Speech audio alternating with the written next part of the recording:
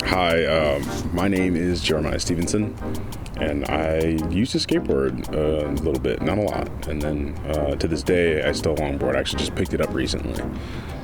Hi, my name is Morgan. First year in college, and I like to longboard. In high school, a lot of friends of mine had longboards, and they convinced me to start riding it, trying out theirs, and I found it was a lot easier than a regular skateboard. So, I was able to balance on it and ride for the first time. I thought that was just a really cool experience, and I just grew from there. Probably the video game SSX Tricky, even though it was a snowboarding game.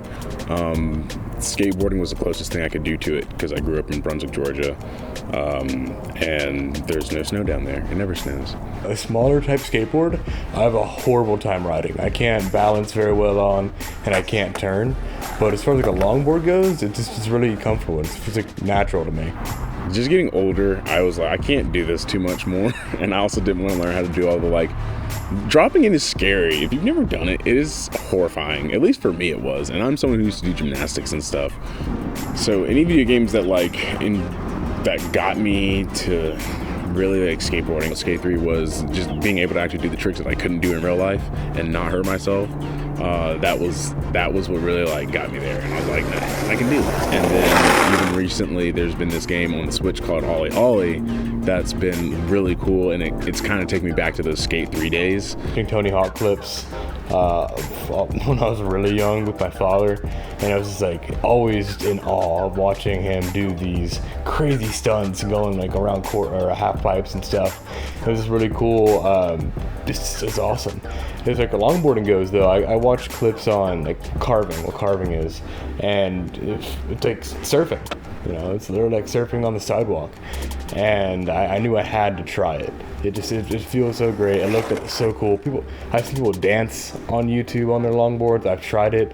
It's a lot more difficult than it looks.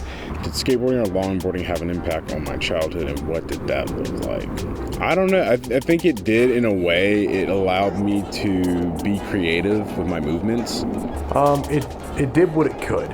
I knew I expressed an interest in skateboarding from a young age, but I had a horrible balance. I got a skateboard for Christmas, and when I was really young, I really tried using it, but I couldn't, so I just sat in the garage.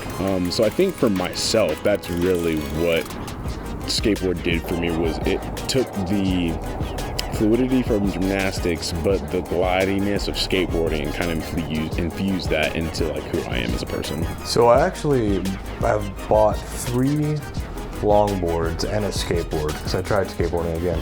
The first one I got from Academy Sports. I walked in there, found a cheap one. I was like, okay, I can learn on this.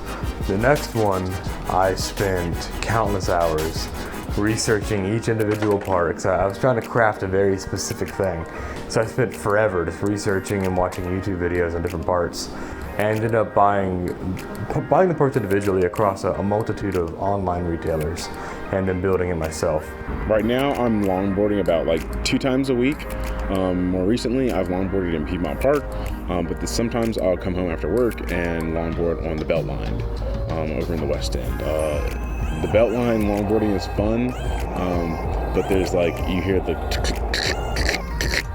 as you're moving in between each pavement, each square pavement. So that's kind of weird. I would like to find more spots with more smooth concrete, but right now, Piedmont Park and the Best End Beltline. I'd say it's started ramping up a bit more lately, so probably twice a week. Really though, when I go back home over the summer or the breaks, I'd love to go to Jekyll or St. Simon's Island and just cruise along the beach area. It's not really a boardwalk, but an area next to the beach, and in throughout the little cities, and getting to experience the summer air and all the beach people doing beach stuff. Favorite memory of longboarding?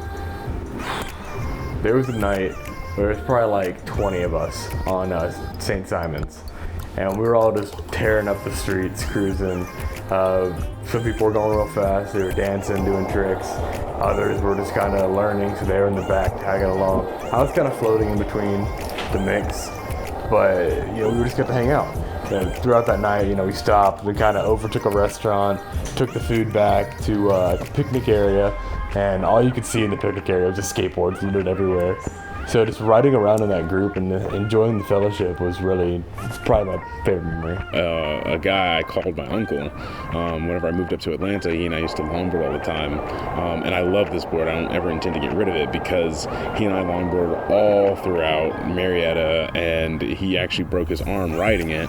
And he was bleeding and all this stuff. So there's blood on the board, and that happened like 4 years ago, and I still have not cleaned the blood off. So there's like blood on this board that I think is really cool.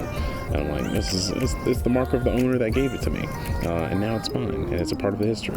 My favorite thing about longboarding is just that I can get on the longboard, I can put a podcast or some music in, or even go silent and just lose myself in my thoughts. Longboarding for me it was this journey of exploration.